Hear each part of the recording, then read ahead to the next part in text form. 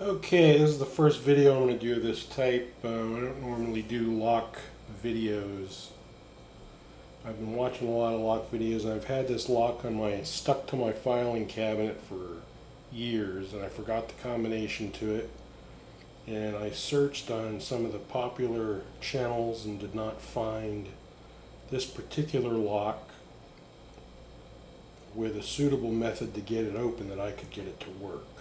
Now, this is the Brinks, apparently 40 millimeter resettable combination sport lock it's called. It comes in a couple different colors.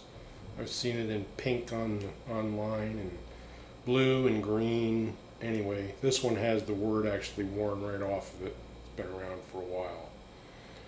I forgot the combination to it, so I was looking for a video to help me get this off. Anyway,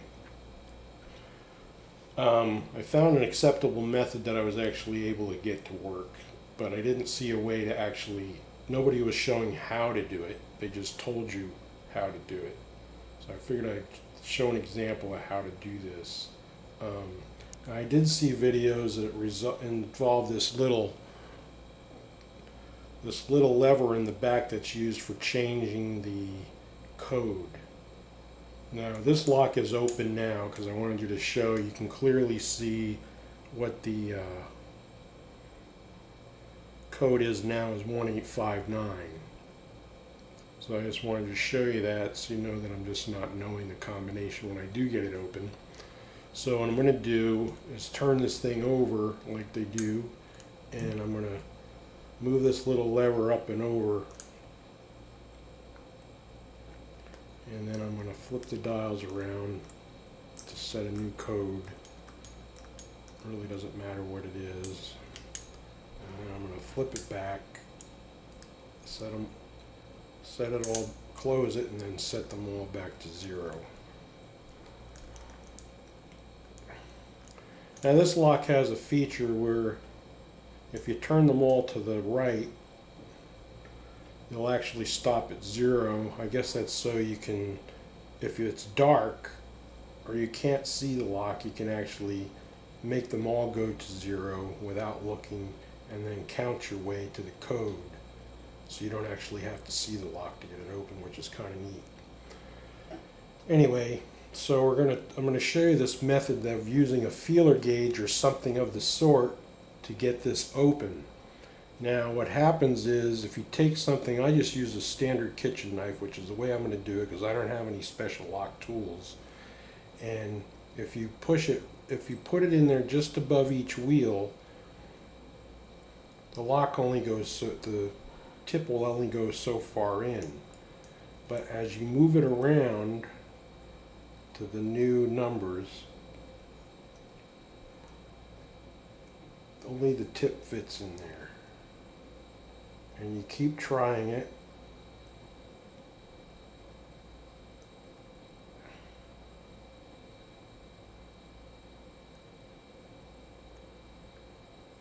And it'll keep going around until it gets to the spot where there's a low spot. There it is. Now it gets to the low spot, it'll be flat pretty much all across. So it just happens. Now this is not the code. I'll get to that in the end. Now we'll do it to the next wheel.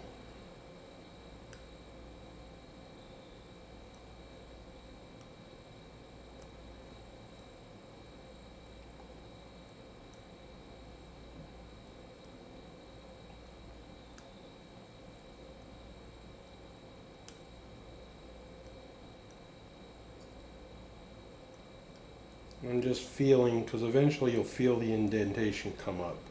And there it is. You can feel it go in. So there's the next number.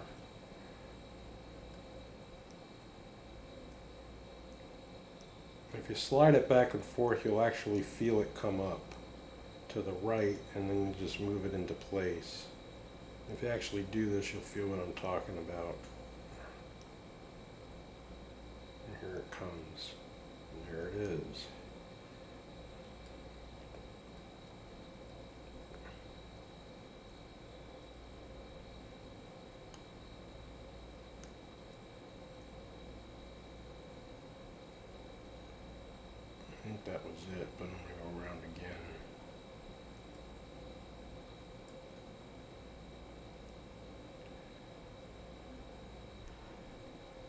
So I was able to do this quite a few times and actually works pretty well. So there's the actual. So now what I got here is 0991, but that is not the code. The trick to this is when you get here, now you have to go 5 to the left, which is actually turning it to the other side of the particular wheel. So 1, 2, 3, 4, 5. 1, 2.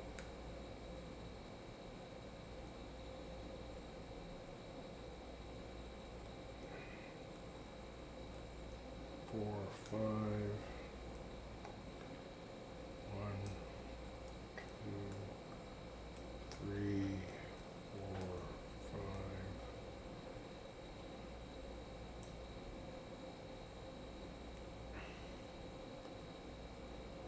1, 2, 3, 5.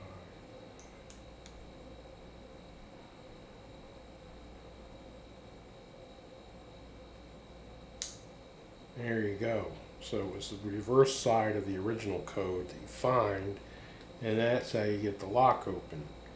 And this will work every time. And it may be hard to see the point of the knife going in, or point of whatever it is, but you'll feel that there's definitely like a millimeter at least of difference, maybe more, that it'll go in farther when you actually get the code.